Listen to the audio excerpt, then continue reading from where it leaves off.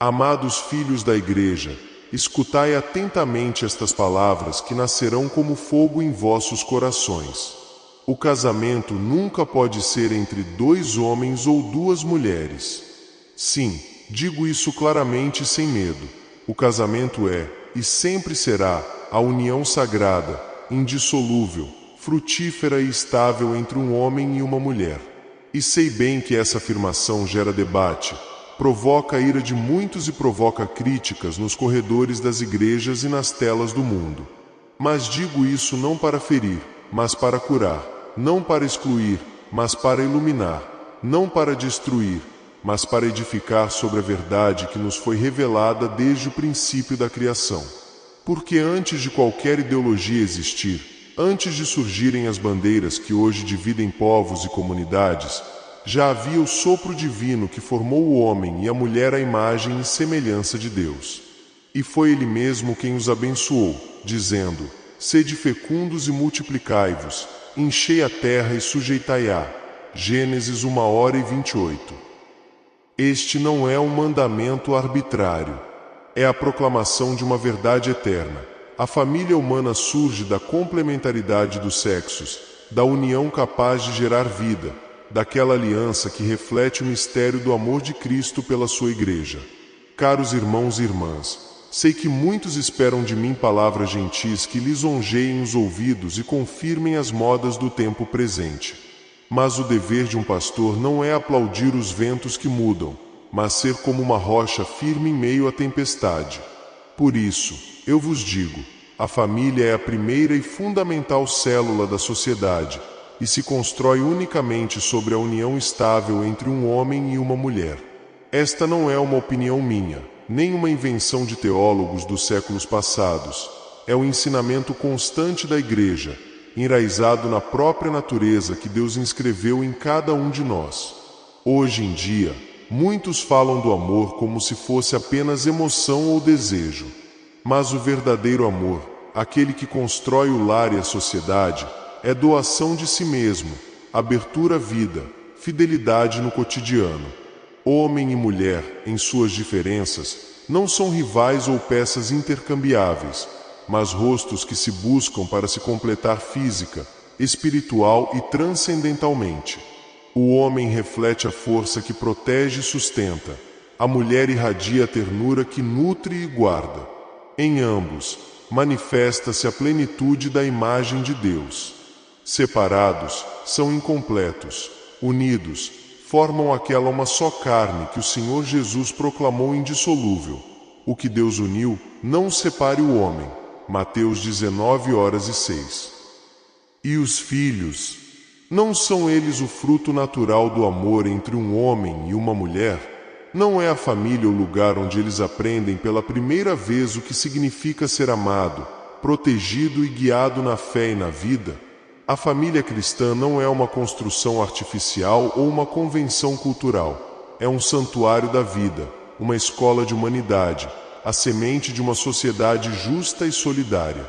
Sei que muitos, especialmente na comunidade LGBT, ouvem essas palavras como uma condenação.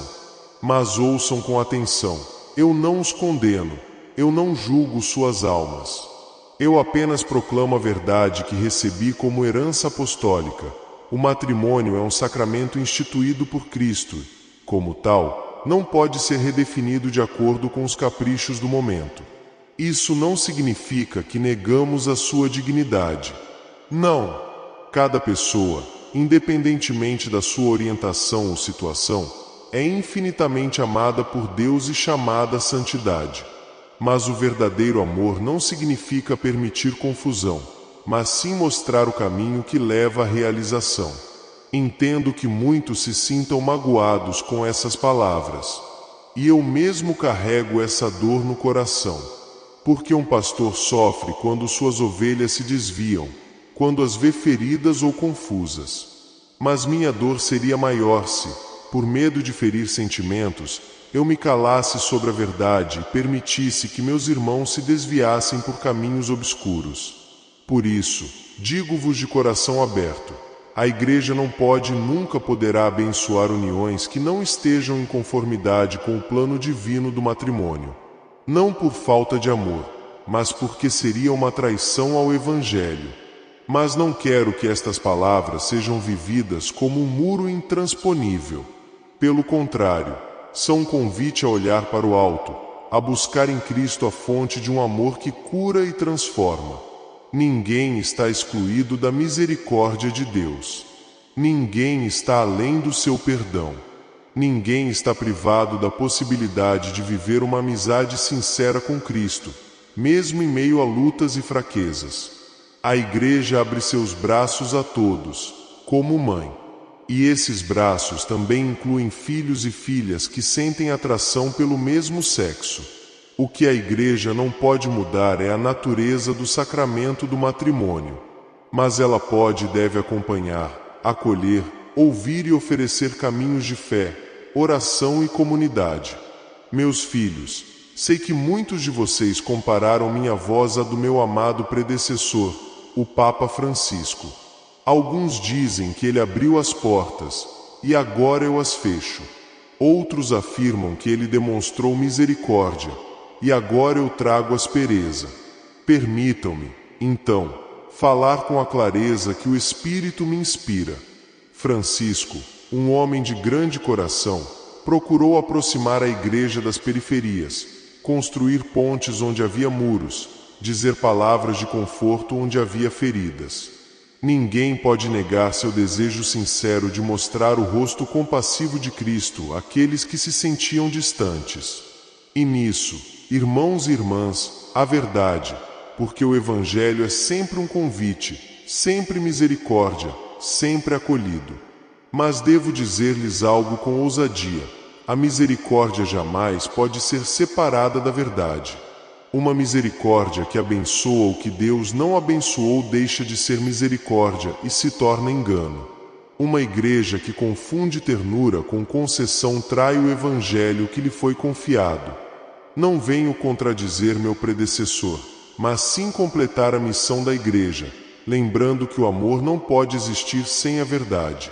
Se Francisco, em sua caridade, estendeu gestos de acolhimento à comunidade Elguiti, devo afirmar que tais gestos jamais poderão se traduzir em redefinição do matrimônio ou em confusão entre os fiéis quanto à natureza do sacramento.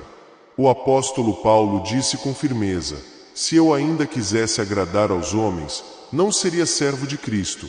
Gálatas 1:10. Esta é a tentação que sempre assedia a igreja, a tentação de se adaptar à moda, de ser aceito pelo mundo, de diluir as exigências do Evangelho para não perder popularidade. Mas o verdadeiro discípulo não mede suas palavras por pesquisas nem ajusta sua fé pelos aplausos dos poderosos. O verdadeiro discípulo, como um profeta, às vezes precisa dizer palavras que ferem, para que essas feridas se tornem portas para a cura. Quando digo que minha missão é retornar às raízes da igreja, não estou falando de nostalgia. Estou falando de retornar ao Evangelho puro, ao depósito da fé que nunca muda. Culturas mudam, sistemas políticos se transformam, ideologias nascem e morrem, mas a palavra de Deus permanece para sempre. 1 Pedro 1:25. O casamento como união entre um homem e uma mulher não é uma invenção medieval ou um costume cultural. É uma raiz, um fundamento, uma revelação. Que ninguém confunda minhas palavras com desprezo por Francisco. Eu o amo como um irmão e o honro como sucessor de Pedro. Mas também devo lembrar ao mundo que nem mesmo o Papa pode mudar o que Cristo instituiu. Eu, como Pedro, não sou o mestre da fé, sou seu servo. Não sou um legislador do Eterno, sou o guardião de um tesouro que não me pertence.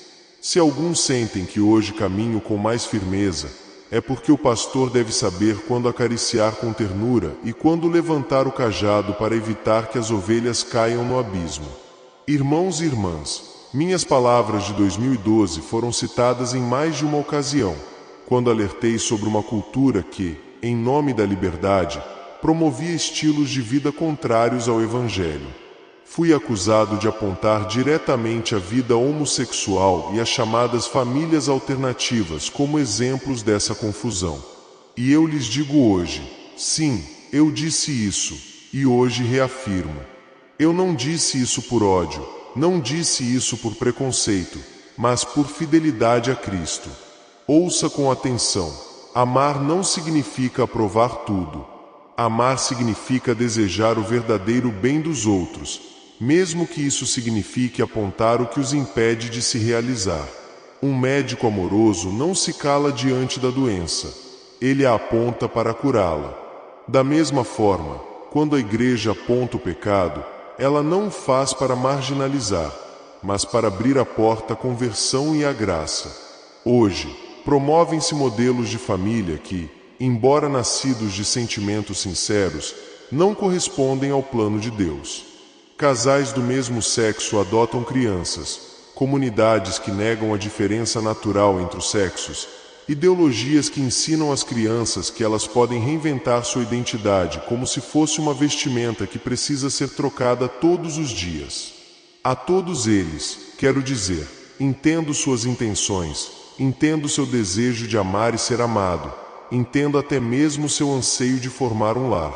Mas também devo dizer, nem todo desejo humano é a vontade de Deus. Ao mesmo tempo, nunca permita que minhas palavras sejam interpretadas como desprezo. Toda pessoa que sente atração por pessoas do mesmo sexo é um filho amado de Deus, portador de infinita dignidade, chamado à santidade. A igreja não expulsa, não rejeita, não nega o batismo ou a misericórdia. Mas a igreja não pode chamar o casamento de algo que ele não é. E a igreja não pode ensinar às crianças que não importa como se vive, porque tudo é igualmente válido. Amar significa educar na verdade, mesmo que isso signifique lágrimas. A vocês, filhos e filhas que se sentem parte da comunidade LGBT, eu digo, a igreja precisa de vocês, porque sua sede de amor é autêntica, sua busca por pertencimento é real, sua luta por dignidade é legítima. E em Cristo há espaço para todos. Convido você a caminhar conosco, não pela imposição, mas pelo diálogo, não pela condenação, mas pela verdade que liberta. O Senhor não pede o impossível, Ele pede corações abertos à sua graça. Amados, agora quero falar sobre algo muito importante, a diferença entre a doutrina que a igreja professa e o cuidado pastoral que a igreja pratica. Porque muitos confundem as duas. A doutrina é clara, imutável e fundamentada na revelação. O casamento é entre um homem e uma mulher. A prática homossexual não corresponde ao plano de Deus. Esta é a verdade da fé. Mas o cuidado pastoral é a arte de acompanhar, cuidar e acolher. E, nesse âmbito, a igreja não só pode, como deve, defender a dignidade de cada pessoa, incluindo aquelas que sofrem perseguição por serem diferentes. Recentemente, denunciei veementemente a injustiça de governos que deportam migrantes sem considerar sua dignidade, incluindo aqueles que, como um jovem gay perseguido em seu país, foram devolvidos a situações de violência. A esses governantes eu digo, cuidado, porque cada pessoa, independentemente da sua condição, traz o rosto de Cristo. E quando você expulsa um deles, você expulsa o próprio Senhor, que disse, eu era estrangeiro e vocês me acolheram. Mateus 25:35. Não se trata de excluir ninguém, mas também não se trata de agradar a todos. A igreja deve ser mãe, e uma mãe não rejeita seus filhos, mas também não os engana. Ela lhes diz a verdade com amor e os defende quando são humilhados. Assim, embora a igreja não possa abençoar uniões homossexuais, ela deve se manifestar quando uma pessoa LGBT é espancada, desprezada, presa injustamente ou tratada como lixo humano. Porque a dignidade humana não depende da orientação sexual, mas da condição de ser filho de Deus. Caros irmãos e irmãs, percorremos juntos um caminho difícil, repleto de palavras que podem provocar debate e dor, mas também repleto de esperança. Hoje resumo a mensagem com a simplicidade de um pai. Item: a doutrina permanece.